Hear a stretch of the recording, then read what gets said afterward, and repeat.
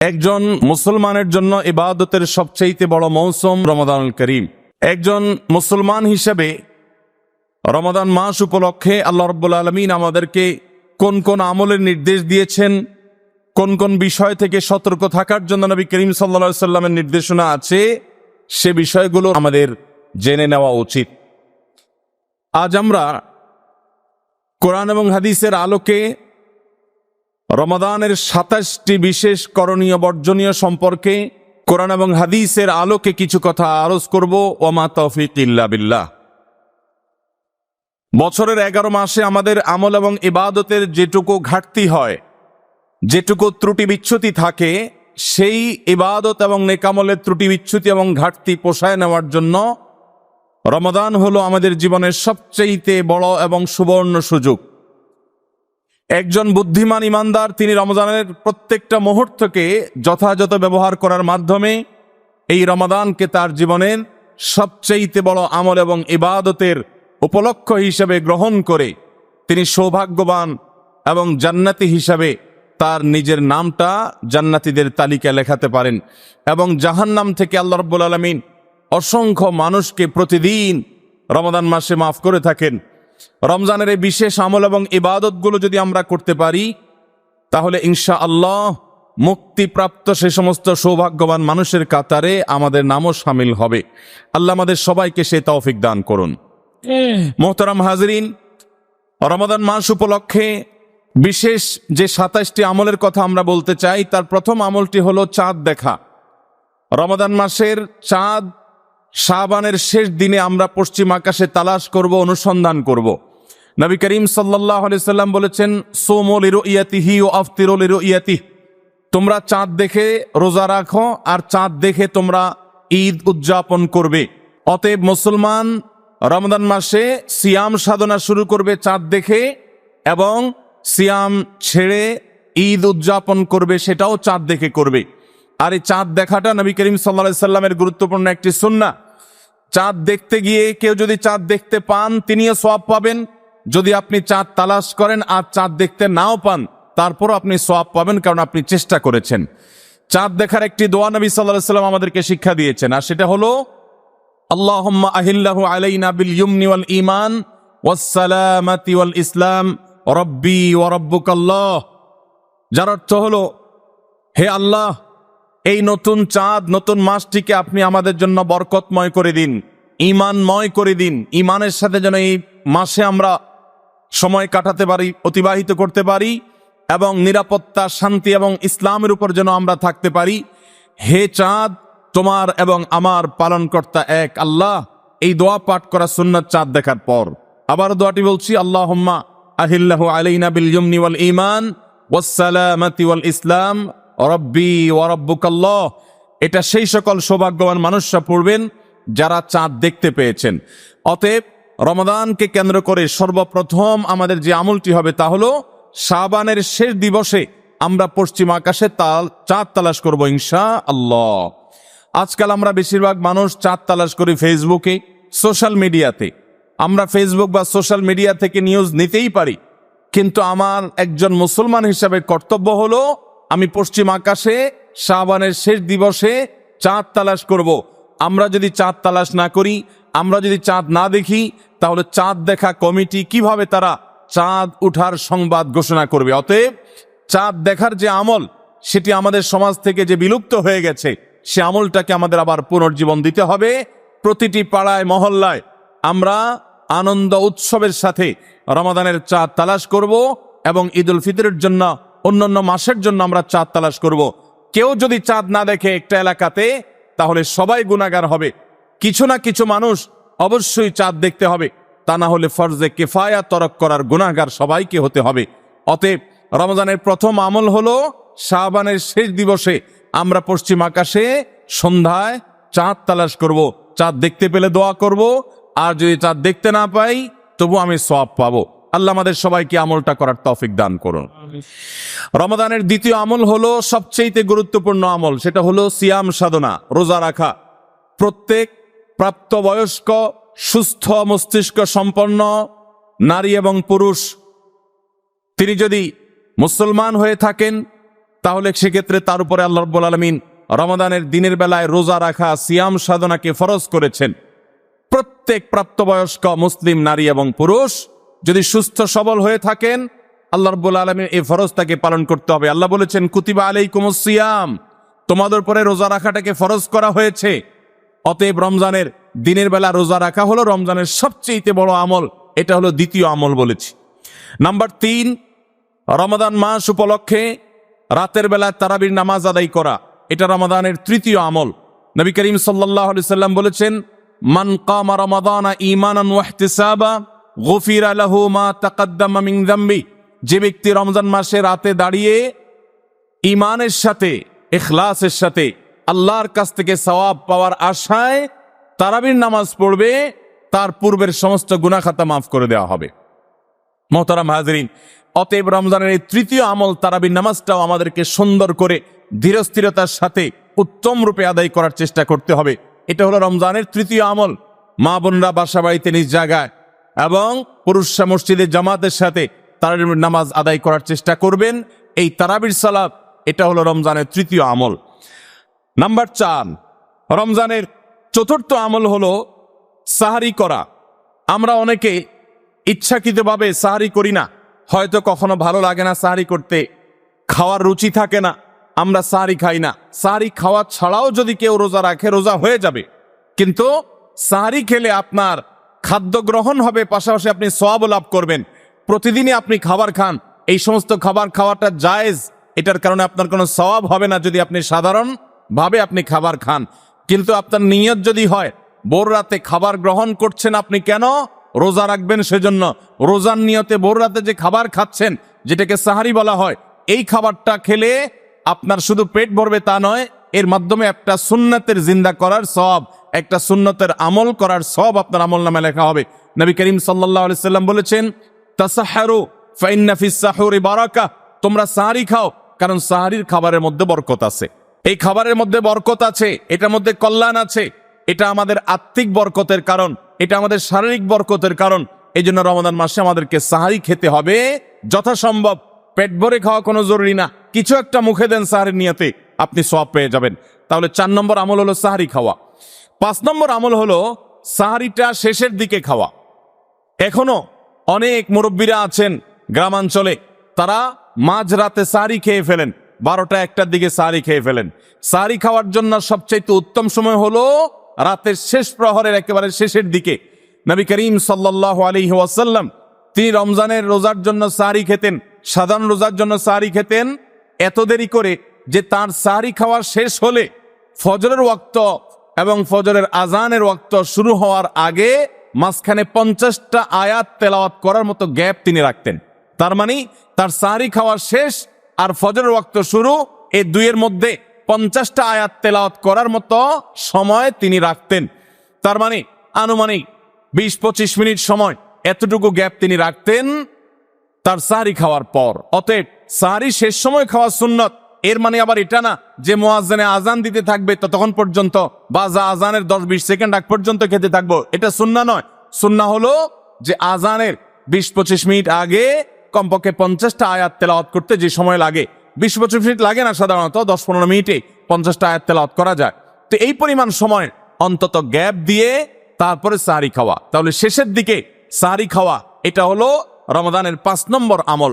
আমরা অনেকে শেষের দিকে সাহারি খাই না, অনেক আগে খাই, একটু শেষের দিকে খাওয়াটা হলো সুন্নাত। নবী করিম সাল্লাল্লাহু আলাইহি সাল্লাম বলেছেন, এই উম্মত মুসলমান জাতি ততদিন কল্যাণের মধ্যে থাকবে, তারা কল্যাণের উপরে প্রতিষ্ঠিত থাকবে যতদিন তারা সাহারি বিলম্ব করে খাবে, দেরিতে খাবে, শেষের দিকে খাবে। নাম্বার 6 নম্বর আমল হলো রমজান উপলক্ষে ইফতার করা। ইফতার মানে নাস্তা খাওয়া। সারা বছর আমরা দিনের বেলায় শুরুতে নাস্তা খাই, কিন্তু এর কারণে কোনো সওয়াব আমাদের আমল নামায় লেখা হবে এমন কোনো কথা বলা হয় নাই। কিন্তু রমজান মাসের সন্ধ্যা যখন আপনি ইফতার খাবেন, এই ইফতার খাওয়ার মাধ্যমে আপনি একটা সুন্নাহর উপর আমল করলেন, এটার কারণে আপনার আমল নামাতে একটা সওয়াব লেখা হবে। সওয়াবের আশা যদি আপনার থাকে, ইফতারের নিয়ত যদি আপনার থাকে, তাহলে এর মাধ্যমে আপনি সওয়াব লাভ করবেন। এই ইফতার করা এটা রমজানের একটা গুরুত্বপূর্ণ সুন্নাহ। ইফতার যদি কেউ নাও করে রোজা হয়ে যাবে, কিন্তু সুন্নাহ তরক হয়ে গেল। এই জন্য ইফতারে যতটুকু তৌফিক হয় ততটুকু কিছু না কিছু মুখে দেওয়া, এটা সুন্নাহ রমজান মাসের 6 নম্বর আমল। 7 নম্বরের আমল হলো ইফতারটা তাড়াতাড়ি করা, ইফতার বিলম্বে না করা। আমরা অনেকে আছি ইফতার অনেক বেশি দেরি করি। আমরা মনে করি যত দেরি করে ইফতার করা যায় ততই বোধহয় রোজাটা নিশ্চিতভাবে শুদ্ধ হয়, সঠিক হয়। এটা ভুল ধারণা। নবী করিম সাল্লাল্লাহু আলাইহি সাল্লাম বলেছেন, যতদিন পর্যন্ত এই উম্মত মুসলমান জাতি ইফতার দ্রুততার সাথে করবে, অর্থাৎ ওয়াক্ত হওয়ার পর আর বিলম্ব করবে না, ততদিন পর্যন্ত তারা কল্যাণের মধ্যে থাকবে।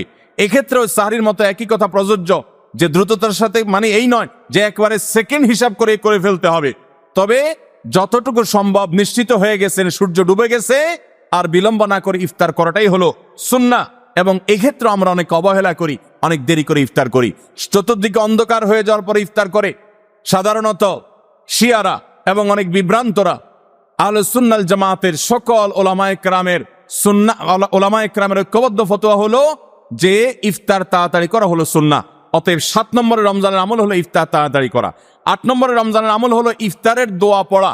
ইফতারের দোয়াটা আমরা অনেকে জানিও না, আবার অনেকে জানলেও সেটা কখন পড়তে হয় সেটা জানি না। ইফতারের শুরুতে বিসমিল্লাহ বলে ইফতার শুরু করতে হবে, ইফতার করা শেষ এরপরে দোয়া পড়তে হবে। আমরা অনেকে ইফতারের আগে দোয়া পড়ি, এই ইফতার দোয়াটা পড়তে হয় ইফতারের পরে। দোয়াটা হলো যাহাবাজ জামা ওয়াবতাল্লাতিল উরুক ওয়া সাবাতাল আজরু ইনশাআল্লাহ। এটা হলো দোয়া। যাহাবাজ জামা মানে হলো আমার পিপাসা দূর হয়ে গেল, ওয়াবতাল্লাতিল উরুক আমি ইফতার করার মাধ্যমে প্রশান্ত হয়েছে, আমার শিরা উপশিরাগুলো সবগুলো সিক্ত হয়েছে, ওয়া সাবাতাল আজরু ইনশাআল্লাহ এবং এই রোজার বিনিময় আল্লাহর কাছে সাব্যস্ত হলো ইনশাআল্লাহ। এই দোয়া পাঠ করা সুন্নাহ। তাহলে ইফতারের পর আমরা এই দোয়া পড়বো, যাহাবাজ জামা ওয়াবতাল্লাতিল উরুক ওয়া সাবাতাল আজরু ইনশাআল্লাহ। এটা হলো রমজানের 8 নম্বরের আমল, ইফতারের দোয়া পড়া। 9 নম্বরের আমল হলো ইফতার এবং সাহারি উভয়টাতে খেজুর খাওয়া। এটা সুন্নাহ। খেজুরের মধ্যে প্রচুর খাদ্য শক্তি আছে। আমরা রমজান মাসে যে রোজা রাখি, সারাদিন পানাহার বর্জন করে থাকি, আমরা যদি সাহারিতে খেজুর খাই আমাদের শরীরে প্রচুর পরিমাণ খাদ্য শক্তি থাকবে এই খেজুর খাওয়ার ফলে। খেজুর অনেক উপকারী একটা খাবার। আমাদের দেশেও আজকাল খেজুর উৎপাদন হচ্ছে আল্লাহর মেহেরবানিতে।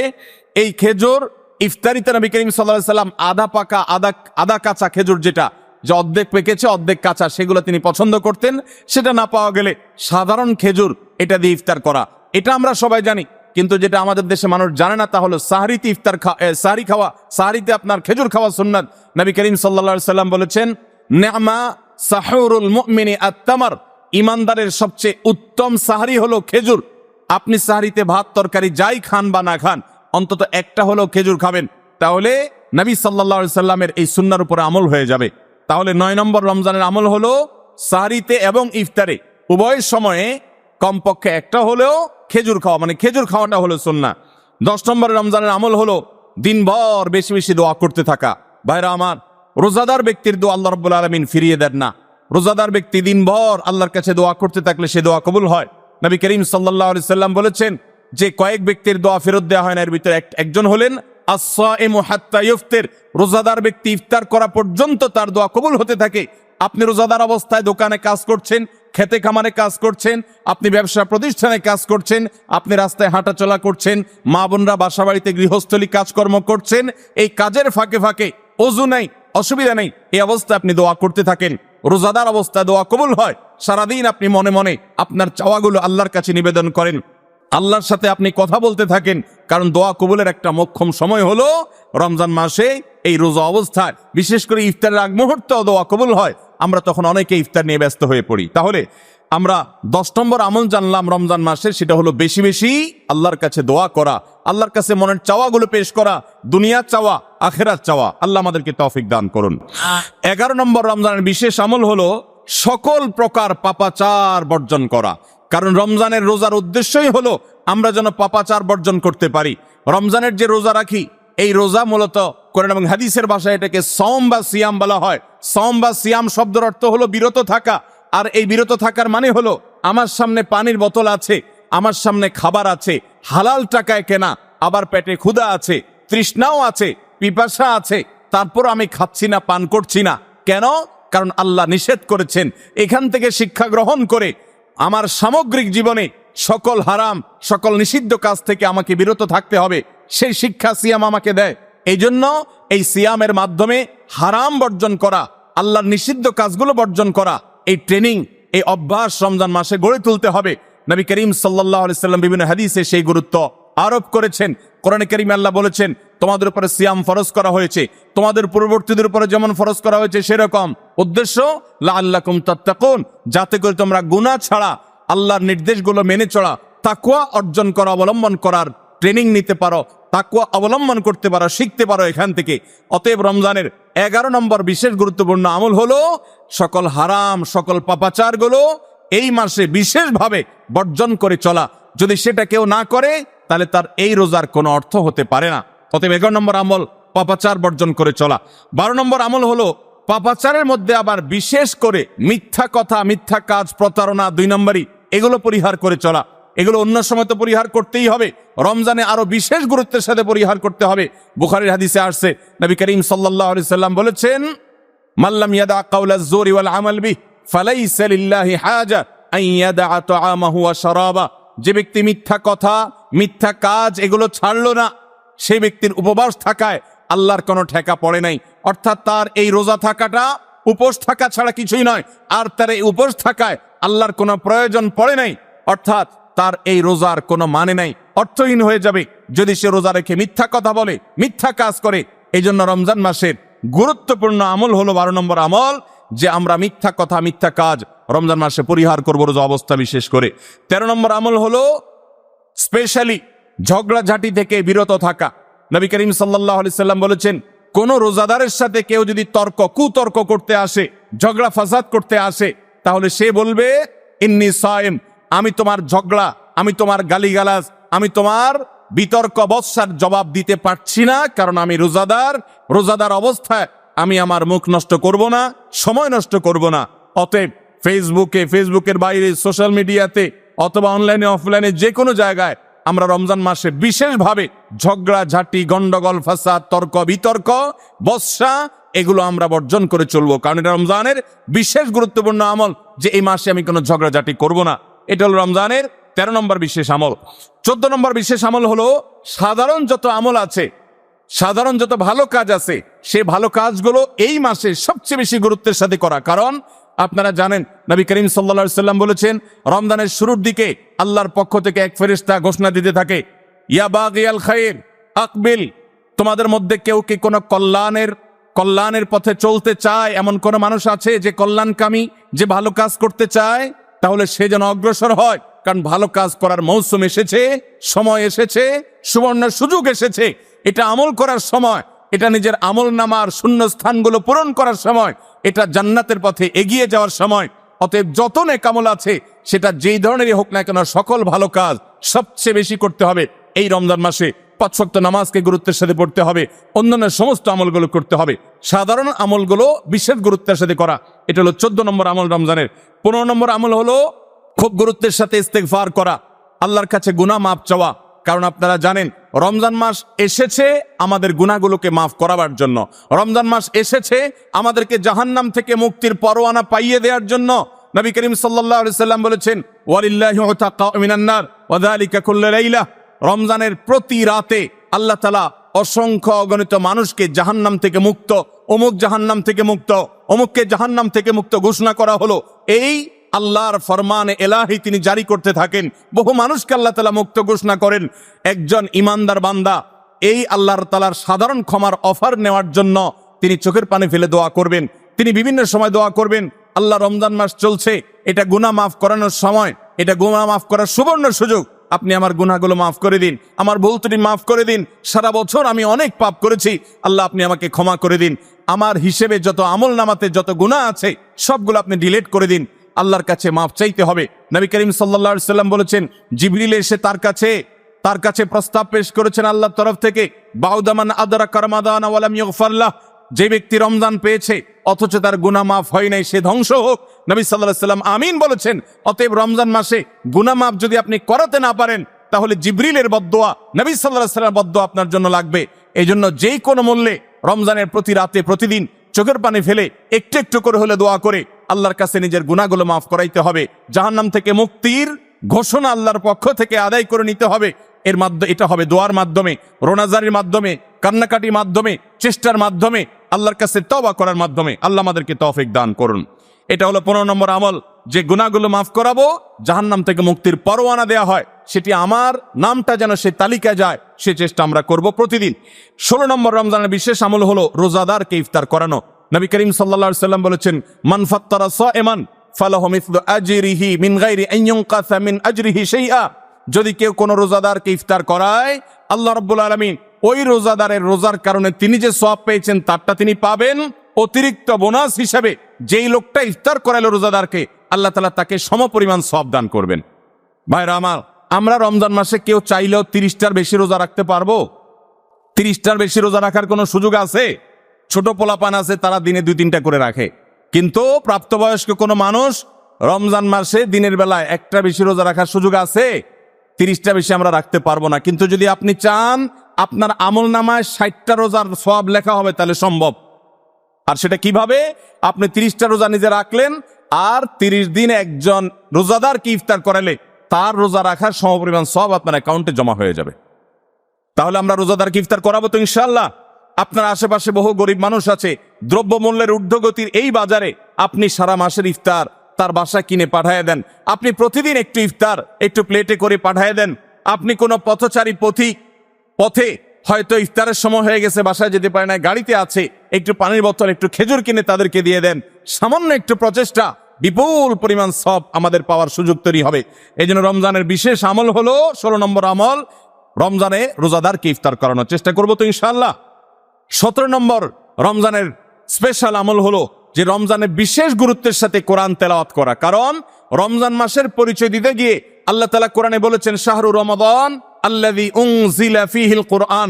রমজান এমন মাস যে মাসে কোরআন নাজিল করা হয়েছে। এই কোরআন দিয়ে রমজানকে আল্লাহ পরিচয় দিয়েছেন। রমজান মাসের মর্যাদাই হয়েছে কোরআনের কারণে। এই জন্য কোরআনের সাথে রমজানে বেশি সময় কাটাতে হবে। কোরআনের হালাকা করবেন, কোরআনের মজলিস করবেন, কোরআন শিক্ষার আসর করবেন। ইমাম সাহেব মুয়াজ্জিন সাহেবকে দিয়ে প্রতিটা মসজিদে মসজিদে মুসল্লিরা কোরআন শুদ্ধ করবেন, বিশুদ্ধ করে তেলাওয়াত করবেন। কোরআন প্রতিদিন একটু একটু করে তেলাওয়াত করবেন।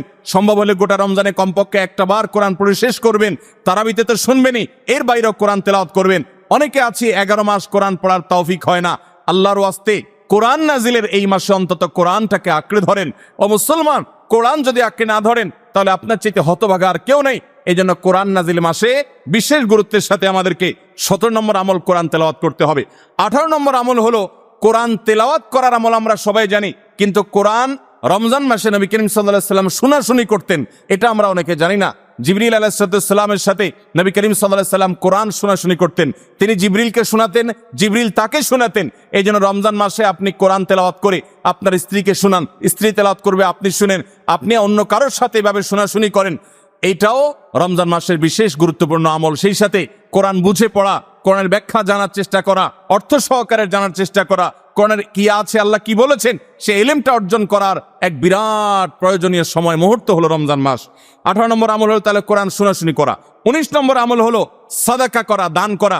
আমাদের প্রিয় নবী সাল্লাল্লাহু আলাইহি ওয়াসাল্লাম সম্পর্কে তার সহধর্মিনী উম্মুল মুমিনিন আয়েশা রাদিয়াল্লাহু তাআলা আনহা বলেছেন, নবী সাল্লাল্লাহু আলাইহি ওয়াসাল্লাম এমনিতেই দানশীল ছিলেন। তিনি সারা বছর প্রচুর পরিমাণে দান করতেন, কিন্তু রমজান যখন শুরু হতো তখন তিনি সবচেয়ে বেশি বদান্য, সবচেয়ে বেশি দানশীল হয়ে পড়তেন। তার দানশীলতা এত বেড়ে যেত যে মুক্ত বাতাস যেরকম সব জায়গায় পৌঁছে যায়, যে জায়গায় মানুষ চায় দরজা খুলে রাখে সেখানেও যায়, কোন একটা ফাঁক ফোকর পেলে সেই জায়গায়ও মুক্ত বাতাস প্রবেশ করে। নবী সাল্লাল্লাহু আলাইহি ওয়াসাল্লামের রমজানের দানটা এরকম ছিল যে চায় তাকেও দিতেন, যে চায় না তাকেও দিতেন। তিনি 2 হাতে দিতেন। তিনি অনেক বেশি সম্পদশালী ছিলেন না, কিন্তু যেটুকু ছিল অকাতরে তিনি দান করতেন। আমাদের আয়েশা রাদিয়াল্লাহু তাআলা হাদিস থেকে বোঝা যায় রমজান মাস দানের মাস। এই জন্য নবীজি বছরের অন্য যে কোনো সময় চাইতে রমজানে বেশি বেশি দান করতেন। আপনার আত্মীয় স্বজনকে দান করেন, রক্ত সম্পর্কীয় মানুষগুলোকে দান করেন, পাড়া প্রতিবেশীর অভাবী মানুষদেরকে দান করেন, চেনা অচেনা জানা অজানা সমস্ত মানুষকে আপনার সাধ্য অনুযায়ী আপনি দান করা শুরু করেন। এটা রমজান মাসের গুরুত্বপূর্ণ একটা আমল। এবং 19 নম্বর আমল দান করা। 20 নম্বর আমল হলো সারি খেতে আমরা যখন উঠি তখন একটু তাহাজ্জুদের নামাজ পড়া, একটু দোয়া করা। এই সুযোগটা 11 মাস আমাদের হয় না। তাহাজ্জুদের নামাজ এত গুরুত্বপূর্ণ যে কোরআনে কারিমে আল্লাহ রাব্বুল আলামিন এই নফল আমলের নির্দেশ করেছেন, অমিনাল লাইলি ফাতাহাজ্জাদ বিহি নাফিলাতাল লাক। রাতের কিছু অংশ নফল হিসাবে তুমি তাহাজ্জুদ পড়ো। ভাইরা আমার, 5 ওয়াক্ত নামাজের জন্য ডাকে মুয়াজ্জিন আজানের মাধ্যমে, আর তাহাজ্জুদের জন্য ডাকেন স্বয়ং আল্লাহ রাব্বুল আলামিন। সুবহানাল্লাহ। নবী করিম সাল্লাল্লাহু আলাইহি ওয়াসাল্লাম বলেছেন, যে রাতের শেষ প্রহর যখন হয়, আল্লাহ দুনিয়ার আসমানে এসে ডেকে ডেকে বান্দাদেরকে বলেন, আলা মিন মুস্তাগফিরিন ফাগফিরাল্লাহ, আছো যে তোমরা কেউ ক্ষমা চাইবা, আমি ক্ষমা করব। অফার নিয়ে আল্লাহ নিজে ডাকেন, আল্লাহ নিজে আহ্বান করেন।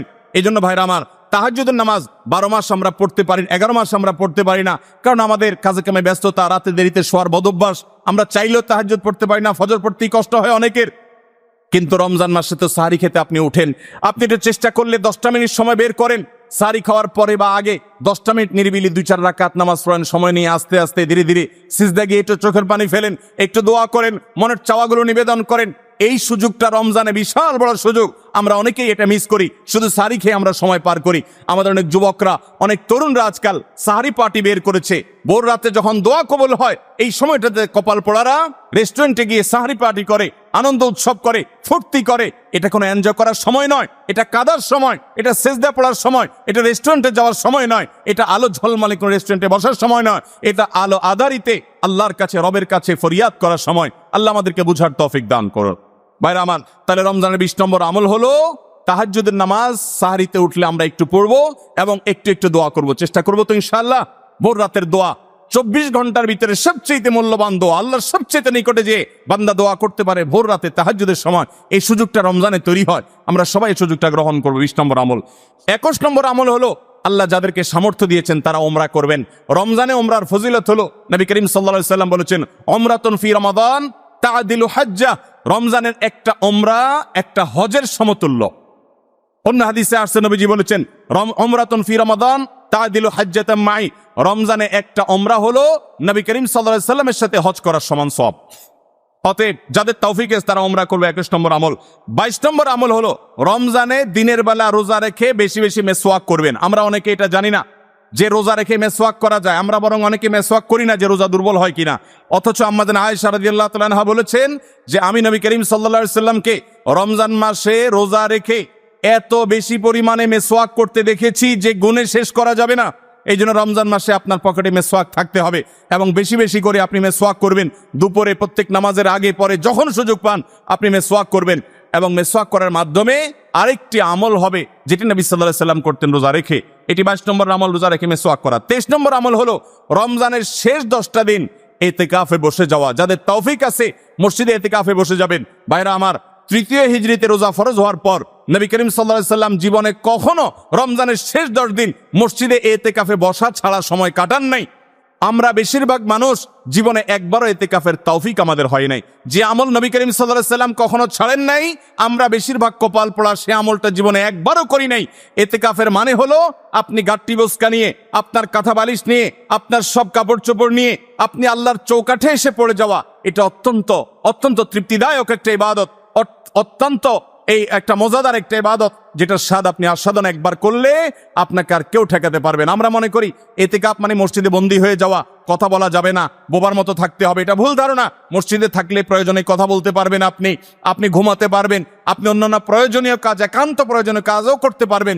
তবে মসজিদের মধ্যে নিজেকে বন্দী করে রেখে আপনি যখন ইবাদত করবেন আপনার ফিলিংস হবে যে আমি আল্লাহর কাছে এসে নিজেকে বন্দী করে ফেলেছি। অসম্ভব ভালো লাগা কাজ করবে। আপনি যদি ইতিকাফে থাকেন তাহলে সেক্ষেত্রে বিশাল বড় একটা আমল আপনি জিন্দা করলেন। আমাদের দেশে অনেক মসজিদে ইতিকাফের জন্য লোক ভাড়া করা হয়। লোক ভাড়া করে ইতিকাফে বসাইলে সেটা গুনাহ হবে। যে ভাড়া করে রাখবে সেও গুনাহগার, যে ভাড়ার বিনিময়ে বসবে সেও গুনাহগার হবে। ইবাদতে কোনো টাকা পয়সা দেওয়া চলে না। অতএব ভাইরা আমার, ইতিকাফ আমরা করবো তো ইনশাআল্লাহ। রমজানের শেষ দশকে ইতিকাফ করে, এটা 23 নম্বর আমল। 24 নম্বর আমল হলো রমজানের শেষ দশকে বেশি বেশি ইবাদত করার চেষ্টা করা। বুখারী শরীফে আসছে নবী করিম সাল্লাল্লাহু আলাইহি সাল্লাম সম্পর্কে আম্মা জান আয়েশা বলেছেন, ইযা দাখালাল আশর, রমজানের শেষ 10 দিন যখন শুরু হতো তখন নবী সাল্লাল্লাহু আলাইহি সাল্লাম কি করতেন? আইকাজ আহইয়া লাইলা, সারা রাত আর ঘুমাতেন না। শেষ 10 দিন সারা রাত ঘুমাতেন না। ওয়াসাদ্দা মিযজারা, কোমর বেঁধে নিতেন। ওয়াইকাযা আহলা, এবং তার পরিবারকে তিনি জাগিয়ে তুলতেন। আরেক হাদিসে আসছে নবী সাল্লাল্লাহু আলাইহি সাল্লাম বলেছেন, কারণ নবী সাল্লাল্লাহু আলাইহি ওয়াসাল্লাম ইযা দাখালাল আশর ইয়াজতাহিদু ফীহি মা লা ইয়াজতাহিদু ফী গায়রি। নবীজির জীবনে কখনো ইবাদতের জন্য এত চেষ্টা করতেন না যত চেষ্টা করতেন রমজানের শেষ দশকে ইবাদতের জন্য। আমাদের দেশে দেখবেন রমজানের প্রথম 10 দিন মসজিদ পূরণ হয়ে, মসজিদের বারান্দা ফিল আপ হয়ে, বাহিরেও মুসল্লি হয়, সেখানে চাটাই এবং কার্পেট বিছানো লাগে। কিন্তু দ্বিতীয় দশক আসলে আস্তে আস্তে বাহিরের মুসল্লি হাওয়া হয়ে যায়, আস্তে আস্তে চাটাই উঠে যায়, মসজিদের ভিতরে মুসল্লি চলে আসে। শেষের 10 দিন হলে একেবারে মূল মুসল্লি যেগুলো ওয়াক্তিয়া নামাজের, এর বাইরে অতিরিক্ত মুসল্লি সব ঝরে পড়ে যায়, সব ঈদের মার্কেটে চলে যায়। ভাইরা আমার, নবী করিম সাল্লাল্লাহু আলাইহি সাল্লাম শেষ দশককে সবচেয়ে গুরুত্ব দিতেন, আর আমরা সবচেয়ে অবহেলা করি সেই সময়টাকে। আল্লাহ আমাদেরকে শেষ দশককে ইবাদতের জন্য বিশেষ গুরুত্ব দেওয়ার তৌফিক দান করুন। তাহলে রমজানের 24 নম্বর আমল হলো শেষ দশক বিশেষভাবে ইবাদতবন্দি করা। 25 নম্বর আমল হলো লাইলাতুল কদর তালাশ করা। নবী করিম সাল্লাল্লাহু আলাইহি সাল্লাম বলেছেন, তাহাররাউ লাইলাতুল কদর ফিল ভিতরি মিনাল আশরিল আওয়াখির মিন রমাদান। তোমরা রমজানের শেষ দশকের বেজোড় রাতগুলোতে লাইলাতুল কদর বেশি বেশি করে তালাশ করো। বেজোড় রাতগুলোতে বেশি বেশি, শেষ দশকের প্রত্যেক রাতেই জেগে জেগে ইবাদত করা কদর হতে পারে সে আশায়। কদরের একটা রাত যদি ইবাদত করতে পারেন আপনি, তাহলে 1000 মাস ইবাদতের চাইতে বেশি উত্তম হবে, আপনার আমলনামাতে সওয়াব বেশি জমা হবে। এই জন্য কদরের রাতে ইবাদতের চেষ্টা করা। সারা বছরের শ্রেষ্ঠ রাত হলো কদরের রাত। কোরআন নাজিল হয়েছে এই কদরের রাতে। অতএব কদর রাত পাওয়ার জন্য শেষ দশকের প্রত্যেকটা রাতে, প্রত্যেকটা না পারলে অন্তত বেজোড় 21, 23, 25, 27, 29 এই রাতগুলোতে ইবাদত করবো। আল্লাহ আমাদেরকে তৌফিক দান করুন। এটা হলো 25 নম্বর আমল, লাইলাতুল কদর তালাশ করা। আর 26 নম্বর আমল হলো লাইলাতুল কদর যদি আমরা পেয়ে যাই, মনে হয় যে এটা লাইলাতুল কদর হতে পারে, তাহলে একটা বিশেষ দোয়া পড়া। দোয়াটা হলো আল্লাহুম্মা ইন্নাকা আফুউন তুহিব্বুল আফওয়া ফাআফু আন্নি।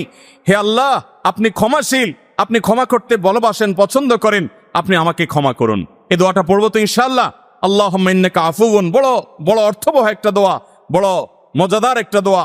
আল্লাহুম্মা ইন্নাকা আফুউন, আল্লাহ আপনি তো ক্ষমাশীল, তুহিব্বুল আফওয়া সমা করতে পছন্দ করেন, ফাআফু আন্নি, অতএব আমাকে ক্ষমা করেন। 26 নম্বর আমল লাইলাতুল কদরের দোয়া পড়া। 27 নম্বর এবং সর্বশেষ আমল হলো রমজানের শেষে ঈদের চাঁদ দেখা যাওয়ার পর অথবা ঈদের চাঁদ দেখা যাওয়ার একদিন আগেও করা যায় ফিতরা আদায় করা, গরিবদের বাসায় খাদ্য পৌঁছে দেওয়া। এটা কেন করব? নবী করিম সাল্লাল্লাহু আলাইহি সাল্লাম বলেছেন, যাকাতুল ফিতরে তুহরাতান লিস-সাইমি আনিল লাগবি ওয়ার রাফাস ওয়া তু'মাতান লিল মাসাকিন। ফিতরা এটা হলো দুইটা উদ্দেশ্যে। এক হলো রোজা রেখে আমাদের যে ছোটখাটো ভুল ত্রুটি হয়, অনর্থক কথা হয়ে যায়, এগুলো থেকে রোজাটাকে পরিচ্ছন্ন করার জন্য সদকায়ে ফিতর বা আমরা যে ফিতরা দেই এটা ভূমিকা রাখে, এটা কার্যকর হয়, আমাদের রোজাকে ত্রুটিমুক্ত করে দেয়, রিফাইন করে দেয়। আর দ্বিতীয়ত হলো ঈদের দিন গরিব দুঃখীদের বাসায় খাবারের নিশ্চয়তা এনে দেয়। এই জন্য রমজানের শেষ আমল হবে যেটা দিয়ে রমজানকে আমরা বিদায় দিব, সেটা হলো ফিতরা দেওয়া, ফিতরার আমল করা। এটা আমরা সবাই, পরিবারের যত লোক আছে রোজা থাকুক কিংবা ছোট বাচ্চা হোক, সবার তরফ থেকে একজন করে মিসকিনকে পুরো দিনের খাবার আমরা দিয়ে দিব। চেষ্টা করবো তো ইনশাআল্লাহ। আল্লাহ আমাদের সবাইকে তৌফিক দান করুন। তাহলে আমরা রমাদান মাসের বিশেষ 27টি আমলের কথা জানলাম। আমরা আবারও এক নজরে বলে দিচ্ছি রমাদান মাসের বিশেষ 27টি আমল। নাম্বার 1, শাবানের শেষ দিবসে সন্ধ্যায় পশ্চিম আকাশে রমজানের চাঁদ তালাশ করা, রমজানকে কেন্দ্র করে এটি একটি আমল।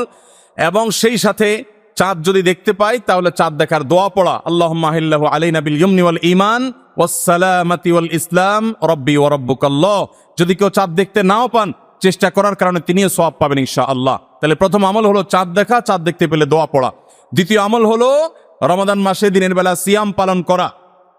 প্রত্যেক প্রাপ্তবয়স্ক নারী এবং পুরুষ মুসলমান তাদের সুস্থ হলে, অবশ্যই সুস্থ থাকলে তাদেরকে রোজা রাখতে হবে, এটা ফরজ।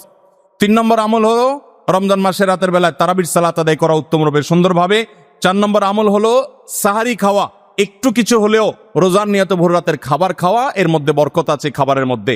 5 নম্বর আমল হলো সাহারিটা শেষের দিকে খাওয়া, এমন ভাবে খাওয়া যে সাহারি খাওয়া শেষ করলে আজান দিতে আর 50টা আয়াত তেলাওয়াত করার মতো সময় থাকে।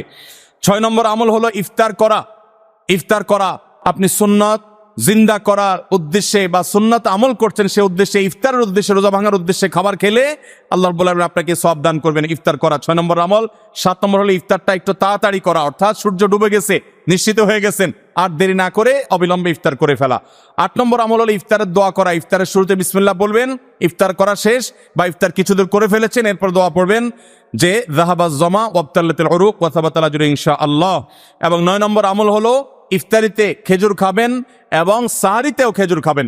সাহারিতে খেজুর খেলে নবী সাল্লাল্লাহু আলাইহি সাল্লাম বলেছেন, ইমানদারের সবচেয়ে উত্তম সাহারি হলো খেজুর, অন্য যাই খান একটা খেজুর হলো সাহারির সময় আপনি খাবেন। 10 নম্বরের আমল হলো সারাদিন বেশি বেশি দোয়া করা, কারণ রোজাদার ব্যক্তির দোয়া আল্লাহ তাআলা ফিরিয়ে দেন না ইফতার রাগ পর্যন্ত। এই জন্য চলতে ফিরতে উঠতে বসতে মনে মনে আল্লাহর সাথে কথা বলা, মুনাজাত করা, দোয়া করতে থাকা। 11 নম্বর আমল হলো সকল পাপাচার বর্জন করা, কারণ রমজান মাসের উদ্দেশ্যই হলো মানুষকে মুত্তাকি বানানো, পাপাচার বর্জন করতে শেখানো। আমরা পান এবং আহার বর্জন করি, যৌনতা বর্জন করি, এর মাধ্যমে আমরা বর্জন করার প্রশিক্ষণ নেই। এই জন্য হারাম কাজ পরিহার করা রমজান জুড়ে, এটা হলো 11 নম্বর আমল। 12 নম্বর আমল হলো বিশেষভাবে মিথ্যা পরিহার করা, কারণ কেউ যদি মিথ্যা কথা, মিথ্যা কাজ না ছাড়ে তার রোজা রাখার কোনো মানে নাই, হাদিসে আসছে। 13 নম্বর আমল হলো ঝগড়া বিবাদ থেকে দূরে থাকা। নবী সাল্লাল্লাহু আলাইহি সাল্লাম বলেছেন, রোজা অবস্থায় কেউ ঝগড়া করলে সে বলবে আমি রোজাদার, আমি জবাব দিতে পারবো না। এবং এর পাশাপাশি 14 নম্বর আমল হলো সকল সাধারণ নেক আমলগুলো এই মাসে একটু বিশেষ গুরুত্বের সাথে করা, কারণ আমলের মাস এটা, ভর বসন্ত আমলের। নামাজ বিশেষ গুরুত্বের সাথে পড়া, অন্য সব আমলগুলো বিশেষ গুরুত্বের সাথে করা। 15 নম্বর আমল হলো আল্লাহর কাছে ক্ষমা চাওয়া, জাহান্নাম থেকে মুক্তি চাওয়া, কারণ এই মাসটা এসেছে আমাদেরকে ক্ষমা পাইয়ে দেওয়ার জন্য। এই মাসটা এসেছে জাহান্নাম থেকে মুক্তি পাওয়ার মাধ্যম হিসাবে। আল্লাহ রাব্বুল আলামিন এই মাসে প্রতি রাতে অসংখ্য মানুষকে জাহান্নাম থেকে মুক্ত ঘোষণা করেন, বিধায় সেজন্য দোয়া করার চেষ্টা করে। এটা হলো 15 নম্বর আমল। 16 নম্বর আমল হলো রোজাদার ব্যক্তিকে ইফতার করানো, তার মাধ্যমে আপনি তার সওয়াবের সমপরিমাণ সে তো পাচ্ছেই, আপনি অতিরিক্ত সওয়াব পাবেন পুরা রোজাদারের সওয়াবের মতো এক্সট্রা হিসাবে ইফতার করালে। 17 নম্বর আমল হলো কোরআন তেলাওয়াত করা রমজান মাসে। কোরআন অর্থ সহকারে বুঝে পড়বেন, সুন্দর করে শুদ্ধ করে তেলাওয়াত শিখবেন। 18 নম্বর আমল হলো কোরআন তেলাওয়াত নিজে করার পাশাপাশি অন্যকে শোনানো, অন্য পড়বে সেটা আবার শোনা, এটা বিশেষ আমল নবী সাল্লাল্লাহু আলাইহি সাল্লাম করতেন রমজান মাসে জিবরিলের সাথে। 19 নম্বর আমল হলো সাদাকা করা, দান করা, মানুষকে গরিব দুঃখীকে, জাকাতের বাইরেও সাধারণ দান করা বেশি পরিমাণে রমজান মাসে, এটা আমল। 20 নম্বর আমল হলো ভোর রাতে সাহরি খেতে উঠলে একটু তাহাজ্জুদ পড়া, একটু দোয়া করা, একটু রোনাজারি করা, কারণ এটা দোয়ার সময়, এটা তাহাজ্জুদের সময়, এটা আল্লাহর নৈকট্য লাভের সময়। এই সুযোগ 12 মাস আসে না, এই জন্য এই আমলটা করা, তাহাজ্জুদ পড়া, দোয়া, রোনাজারি করা সাহরির সময়। 21 নম্বর আমল হলো সামর্থ্য থাকলে ওমরা করা। 22 নম্বর আমল হলো মেসওয়াক করা, এমনকি রোজা অবস্থায় দিনের বেলা বেশি বেশি, এটা নবী সাল্লাল্লাহু আলাইহি সাল্লাম করতেন। 23 নম্বর আমল হলো রমজানের শেষ 10 দিন মসজিদে ইতিকাফে বসে যাওয়া।